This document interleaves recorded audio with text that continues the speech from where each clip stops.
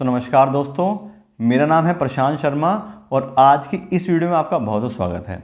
और आज की इस वीडियो में हम फंडामेंटल एनालिसिस करेंगे union bank of India limited का। बात करें तो काफ़ी बड़ा बैंक है, सरकारी बैंक है, काफ़ी पुराना और एक्सपीरियंस बैंक है। और बात करें तो टॉप 5 पब्लिक सेक्टर बैंक में से एक बैंक है, तो काफ़ी अच्छी बैंक की प्रोफाइल है। और जो हम फंडामेंटल एनालिसिस करेंगे वो तीनों लेवल पे इस बैंक का फंडामेंटल एनालिसिस करेंगे। सबसे पहले बैंक का बिजनेस प्रोफाइल चेक करेंगे, उसके बाद हम इसके सारे फंडामेंटल एनालिसिस के लिए इसके फाइनेंशियल चेक करेंगे और फिर हम बाद में इसके वैल्यूएशन रेशियोज को चेक करेंगे, जिससे हमें ये पता लग सके कि अगर हम आज इस बैंक के शेयर्स खरीदना चाह रहे हैं तो वो शेयर्स हमें क्या सस्ते दाम पे मिल रहे हैं या फिर वो ओवर वैल्यूएशन है और महंगे दाम में मिल रहे हैं। तो चलिए शुरू करते हैं और बात करते हैं अपने union bank of India limited के बारे में। बात करें बैंक के बिजनेस प्रोफाइल की, तो अभी जो बैंक का ग्लोबल बिजनेस मिक्स यानी कि टोटल जो उसका बिजनेस है वो लगभग 21 ट्रिलियन रुपीज़ का है। तो काफ़ी बड़ा बैंक है, काफ़ी अच्छा बिजनेस है। बात करें एडवांसेस की, जो उसने लोन दिए हुए हैं टोटल वो 9 ट्रिलियन के आसपास के हैं, 9 ट्रिलियन। और बात करें डिपॉजिट जो उसके पास में है वो लगभग 12 ट्रिलियन के। ये जो डेटा आपको बता रहे हैं, ये जो लास्ट क्वार्टर के रिजल्ट आए थे 31 दिसंबर को 2023 तक का डेटा है ये, उसके हिसाब देखें तो काफ़ी अच्छा बिजनेस होल्ड करता है बैंक। और जैसे बात की थी 5वां सबसे बड़ा बैंक भी है ये, टॉप 5 बैंक में है। और 9.3% का पब्लिक सेक्टर बैंक्स का जो सेक्टर का जो शेयर्स है वो भी होल्ड करता है, यानी कि काफ़ी अच्छा मार्केट शेयर है पब्लिक सेक्टर बैंक्स के अंदर। उसके बात करें इसके ब्रांचेस के नेटवर्क की, तो बहुत ही पैन इंडिया में लगभग हर शहर में हर जगह इसकी ब्रांच है। टोटल बात करें तो 8,500 के आसपास बैंक की ब्रांचेस हैं पूरे पैन इंडिया में। उसके अलावा ओवरसीज़ में भी इसकी ब्रांचेस हैं, दूसरे देशों में भी बैंक की ब्रांचेस हैं। बात करें तो लगभग 10,000 के आसपास बैंक के एटीएम हैं, तो काफ़ी अच्छे नंबर हैं। उसके बात करें ब्रांच के शेयर की, कौन कौन से एरिया में ब्रांचेस हैं। ऐसा तो नहीं कि सब जगह देखें तो बड़ी बड़ी सिटीज़ में ही खोल रखी हैं या रूरल एरिया में कम है, नहीं है, लेकिन यहाँ देखें तो काफ़ी अच्छे से बैंक का जो पूरा नेटवर्क है वो फैला हुआ है। बात करें रूरल में तो सबसे ज़्यादा ब्रांच रूरल में है 30% की। उसके बाद में अर्बन में 20%, सेमी अर्बन 29% और मेट्रो सिटीज़ में 21% है। तो कुल मिला के देखें तो सारी जगह से बिजनेस आ रहा है, रूरल एरिया से भी, और बात करें तो मेट्रोपॉलिटन सिटीज़ और बड़ी शहरों से भी बिजनेस आ रहा है। क्योंकि सरकारी बैंक है तो रूरल एरिया में अच्छी पकड़ होती है, छोटे छोटे बैंक अकाउंट खोल के वहाँ से भी काफ़ी अच्छे से पैसा ये जो है वो अपने कस्टमर से जमा करा लेते हैं। उसके बात करें ओवरसीज़ ब्रांचेस की, तो दुबई और सिडनी में इसकी ब्रांचेस हैं। उसके अलावा एक बैंकिंग सब्सिडी के थ्रू इसने ब्रांच खोली हुई है लंदन यूके के अंदर, और ज्वाइंट वेंचर है इंडिया इंटरनेशनल बैंक का जो कि मलेशिया के अंदर है। तो उसमें बात की थी तो इंडिया में भी काफ़ी अच्छे से बिजनेस है और दूसरे देशों में भी अपना जो बिजनेस है वो इन्होंने फैलाया हुआ है। उसके बात करें तो लगभग 19,000 के आसपास के उसमें बिजनेस कॉरेस्पॉन्डेंट्स हैं, जो छोटी छोटी दुकानें खोल के वहाँ पे से उनको पैसा निकालना ये सब कस्टमर को सर्विसेज देते हैं, तो वो भी काफ़ी अच्छा नेटवर्क है। उससे बात करें शेयर होल्डिंग पैटर्न की, कितने कितने शेयर्स किसके पास में है, तो उसने बात की थी सरकारी बैंक है तो सबसे ज़्यादा होल्डिंग है वो गवर्नमेंट ऑफ इंडिया के पास में है 77% का। उसके बात करें जो पब्लिक है, जो रिटेल सेक्टर वाले लोग होते हैं, रिटेलर होते हैं, उनके पास में 7% है, डीआईज के पास में 12% है और एफआई के पास में 4% है। तो सब लोगों ने शेयर लिए हुए हैं। गवर्नमेंट इंडिया का तो बैंक है ही है, उसके अलावा रिटेल वालों ने भी काफ़ी अच्छे से इन्वेस्टमेंट किया है। डीआई का 12% है और एफआई का 4% है। तो एफआई डीआई अगर किसी भी कंपनी में इन्वेस्ट करते हैं तो कहीं ना कहीं अच्छे से रिसर्च करके ही करते हैं, और अगर उन्होंने लिया हुआ है तो उनको दिख रहा है कि अच्छा बिजनेस है और अच्छा आने वाला फ्यूचर बैंक का, ये इस चीज़ में एक आइडिया मिलता है।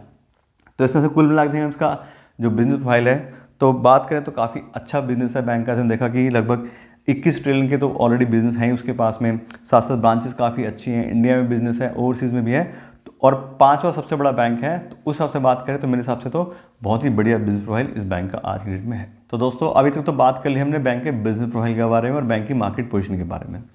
अब हम बात करते हैं बैंक के हिस्टोरिकल डेटा की, कि पिछले 5 साल में बैंक ने अपने बिजनेस को कैसे बढ़ाया है, कैसे उसके प्रॉफिट्स रहे हैं, कैसे सारी चीज़ें रही हैं। तो अब हम पिछले 5 साल का इसका डेटा चेक करते हैं।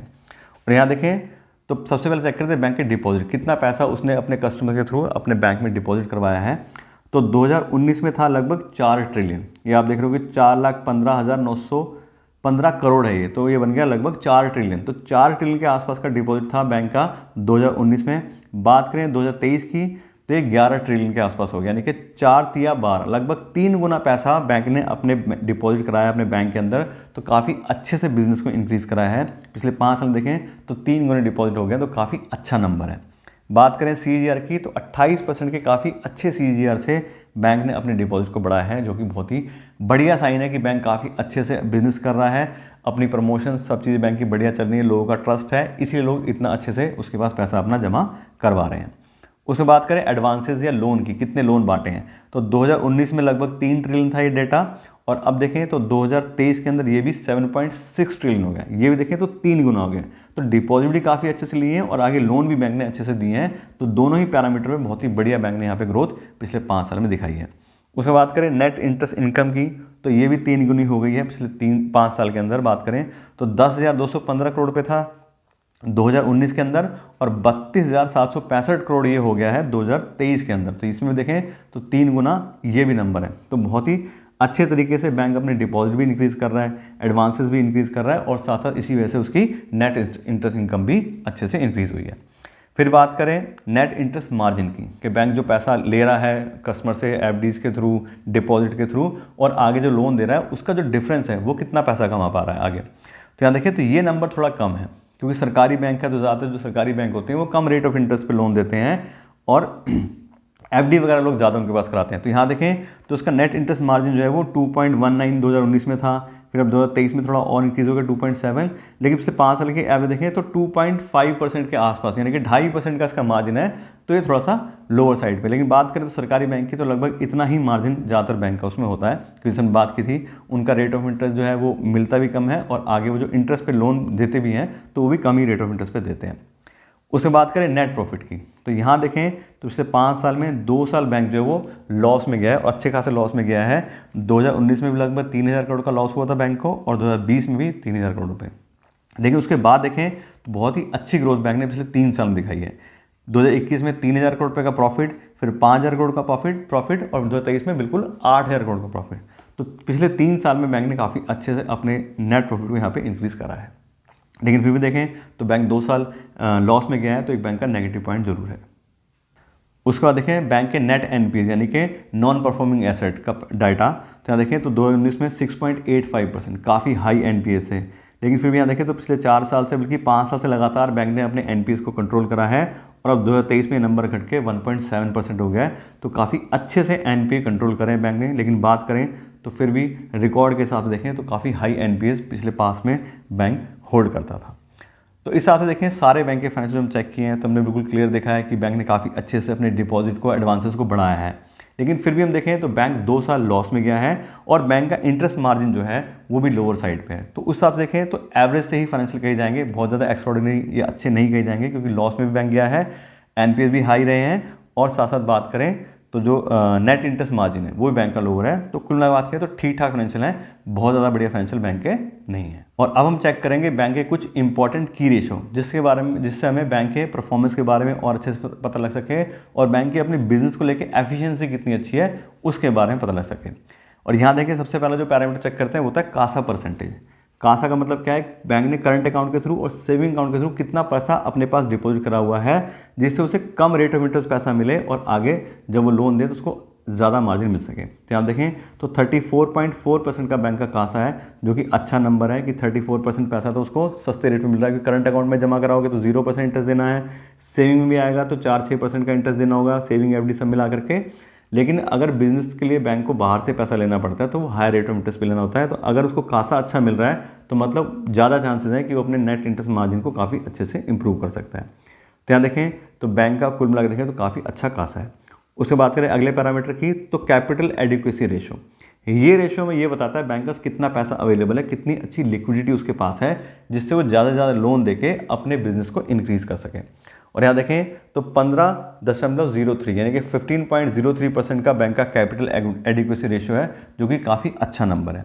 मिनिमम ये 12% होना चाहिए किसी भी बैंक का। अगर आप चेक करना चाह रहे हो खुद से तो 12% कम से कम होता है, उससे ज़्यादा अगर 15 या उससे ज़्यादा किसी बैंक का कैपिटल एडिक्वेसी रेशियो तो वो अच्छे से पैसा होल्ड करता है, अपने बिजनेस को काफ़ी अच्छे से बढ़ा सकता है। ये उसका एक पैरामीटर है।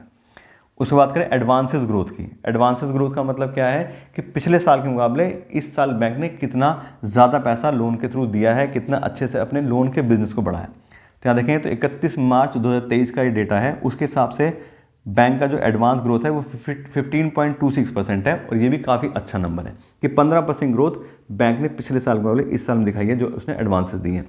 उसके बाद जो आपको कैपिटल एडिक्वेसी रेशियो और कासा रेशियो में जो डिस्कस करा है, ये जो लास्ट 3 मंथ के रिजल्ट आए थे उसमें 9 मंथ का डेटा भी था, तो उसके हिसाब से बिल्कुल लेटेस्ट डाटा है कि जो ये रिजल्ट्स हैं उसके हिसाब से, क्योंकि एडवांस ग्रोथ साल के हिसाब से जो चेक होती है, तो ये ईयर के हिसाब से डाटा है। उसके बात करें कॉस्ट ऑफ फंड्स की, तो ये भी 31 मार्च 2023 के हिसाब से डेटा है। इसमें भी देखें तो पिछले साल में जो कॉस्ट ऑफ फंड उसकी रही है, क्योंकि अब तो 2024 आ गया तो पिछला साल ही कहा जाएगा, 4.13%। ये देखें तो कॉस्ट ऑफ फंड भी बैंक का ठीक है कि बहुत ज़्यादा पैसा उसको अपने इंटरेस्ट के लिए नहीं देना पड़ता जो वो फंड्स मार्केट से लेता है, जो अपने ये सब FD, सेविंग अकाउंट, OD सब चीज़ों से लेता है, तो सब देखें तो ठीक ठाक बैंक का कॉस्ट ऑफ फंड भी है। उसके बाद करें रिटर्न ऑन इक्विटी की। रिटर्न ऑन इक्विटी से नाम से पता लग रहा है, इससे हमें ये पता लगता है कि जो इन्वेस्टर बैंक के साथ अपना पैसा इन्वेस्ट करके बैठे हैं उनके पैसे कितना प्रॉफिट, कितना रिटर्न बैंक जनरेट कर पा रहा है। और यहाँ पर देखें तो बैंक के जो लास्ट क्वार्टर के रिजल्ट आए थे, 9 मंथ के रिजल्ट थे, उसके हिसाब से बैंक का जो रिटर्न ऑन इक्विटी आ रहा है लेटेस्ट जो है वो है 16.56%, और ये बहुत ही बढ़िया नंबर है। 15% उससे ज़्यादा किसी भी बैंक का अगर रिटर्न ऑन इक्विटी आ रहा है तो वो अच्छा बैंक है। अपने जो बात करें तो जो इनके इन्वेस्टर हैं उसके पैसे को काफ़ी अच्छे से जो है यूटिलाइज कर पा रहा है। जैसे हमने देखा भी था कि बैंक का पिछले साल का बहुत ही बढ़िया प्रॉफिट इंक्रीज़ हुआ है, उसी वजह से ये सारे नंबर भी काफ़ी अच्छे हो गए हैं। उसके बाद करें रिटर्न ऑन एसेट्स की, तो ये भी लेटेस्ट डेटा है। उसके हिसाब से देखें तो दिसंबर 2023 का जो अभी क्वार्टर था उसके हिसाब से बैंक के जो रिटर्न एसेट्स आ रहे हैं ये आ रहा है 1.05%, और ये भी काफ़ी अच्छा नंबर है, मतलब बहुत ज़्यादा एक्स्ट्राऑर्डिनरी नहीं है लेकिन ठीक नंबर है। बात करें तो रिटर्न ऑन एसेट्स की हम चेक करें किसी बैंक का तो मिनिमम 1 होना चाहिए, और अगर 2 के आसपास तो वो बहुत ही बढ़िया है। लेकिन यहाँ देखें तो 1.05% तो ठीक ठाक बैंक अपने एसेट्स के ऊपर रिटर्न जनरेट कर पा रहा है। ये नंबर ये इसके बारे में इंडिकेट करता है। तो कुल मिला के हम यहाँ पे रेशो भी देखें सारे, तो ज़्यादातर रेशो बढ़िया है। बैंक के कासा की बात करें वो भी अच्छा है, कैपिटल एडिक्वेसी रेशो भी अच्छा है, बैंक रिटर्न इक्विटी और रिटर्न ऑन एसेट्स ये भी दोनों अच्छे पैरामीटर काफ़ी अच्छे से इंप्रूव कर लिए। तो कुल मिला बात करें तो बैंक की एफिशिएंसी हमें अच्छी दिखाई दे रही है इन सारे मतलब जो रेशोज़ हैं उसके हिसाब से। और अब हम बात करते हैं बैंक की वैल्यूएशन के बारे में और बैंक के करंट शेयर प्राइस के बारे में। बात करें तो अभी जो बैंक का करंट शेयर प्राइस चल रहा है वो आ रहा है 154 रुपये पर इक्विटी शेयर का, और इस के हिसाब से जो बैंक की प्राइस बाय बुक वैल्यू बनती है वो आती है 1.3। तो 1.3 प्राइस बाय बुक वैल्यू का मतलब ये है कि बैंक अपने जो बुक वैल्यू है उसका जो प्राइस शेयर प्राइस चल रहा है वो 1.3% यानी कि 30% एक्स्ट्रा चल रहा है। तो अगर किसी भी बैंक को हम वैल्यूज करना चाह रहे हैं तो उसके लिए price by book value main ratio होता है कि हमें जो भी बैंक के शेयर में इन्वेस्ट करने हैं वो हमें अगर बुक वैल्यू से नीचे मिलते हैं तो हम उसको अंडर वैल्यू मानते हैं, अगर बुक वैल्यू से ज़्यादा है तो वो ओवर वैल्यूशन में है। तो यहाँ देखें तो 1.3 इसका प्राइस बाय बुक वैल्यू आ रहा है इस शेयर प्राइस के हिसाब से, तो उस हिसाब से देखें तो आज की डेट में ओवर वैल्यूड बैंक है। अब क्यों ओवर वैल्यूड बैंक है, आप क्लियर देख रहे हो कि FIs ने, DI ने, सब ने इसमें पैसा इन्वेस्ट किया हुआ है, सारे एनालिस्ट भी इसको रिसर्च कर रहे हैं, और बैंक ने पिछले 3 साल में बहुत ही अच्छी ग्रोथ दिखाई है। बैंक का प्रॉफिट भी काफ़ी अच्छे से इंक्रीज हुआ है, रेशियोज भी सारे बढ़िया हैं। तो जब अच्छा बैंक के सब चीज़ें हैं तो उसको कहीं ना कहीं फिर ओवर वैल्यूएशन में वो आ ही जाता है। तो सच बात करें तो बैंक ओवर वैल्यूएशन जरूर है, लेकिन बैंक परफॉर्म बढ़िया कर रहा है। तो अगर आपने पैसा अपना ऑलरेडी इन्वेस्ट किया है तो कोई दिक्कत नहीं है, अच्छे से सब चीज़ें चल रही हैं तो हमें बिल्कुल इन्वेस्ट करना चाहिए। लेकिन अगर आप बैंक में पैसा अपना इन्वेस्ट करना चाह रहे हो तो मेरे हिसाब से थोड़ा सा अगर प्राइस का कम हो जाए तब हम इसमें एंट्री लें तो ठीक रहेगा। और क्योंकि वैसे भी अब देखें तो ओवरऑल मार्केट ही काफ़ी हाई चल रही है, निफ्टी, सेंसेक्स सब हाई चल रहे हैं। और बात करें बैंकिंग सेक्टर की तो वो वैसे वो निफ्टी से भी ज़्यादा हाई चल रहा होता है अगर निफ्टी हाई होती है, तो इसलिए भी ये बैंक ओवरवेल्ड है क्योंकि सारी मार्केट भी जो है वो ऑलरेडी हाई चल रही है। तो मेरे हिसाब से अगर हम पैसा इन्वेस्ट करना चाह रहे हैं तो हमें थोड़ा वेट करना चाहिए, अगर प्राइस थोड़ा डाउन आ जाए तब हम उसमें एंट्री ले सकते हैं। लेकिन बात करें तो बैंक फाइनेंशियली काफ़ी स्ट्रॉन्ग है, रेशो और सारी चीज़ें सब बढ़िया हैं। तो अगर आप इन्वेस्टेड हैं तो इन्वेस्टेड रहिए, और पैसे इन्वेस्ट करना चाह रहे हैं तो मेरे हिसाब से थोड़ा वेट करके थोड़ा प्राइस कम हो जाए तब हम उसको देख सकते हैं। तो इससे बात करें तो union bank of India limited के बारे में आपको डिटेल नॉलेज दे दी है। आशा करते हैं आपको वीडियो अच्छी लगी होगी। आपने इस वीडियो को देखने के लिए और मुझे इतना समय दिया उसके लिए आपका बहुत बहुत धन्यवाद।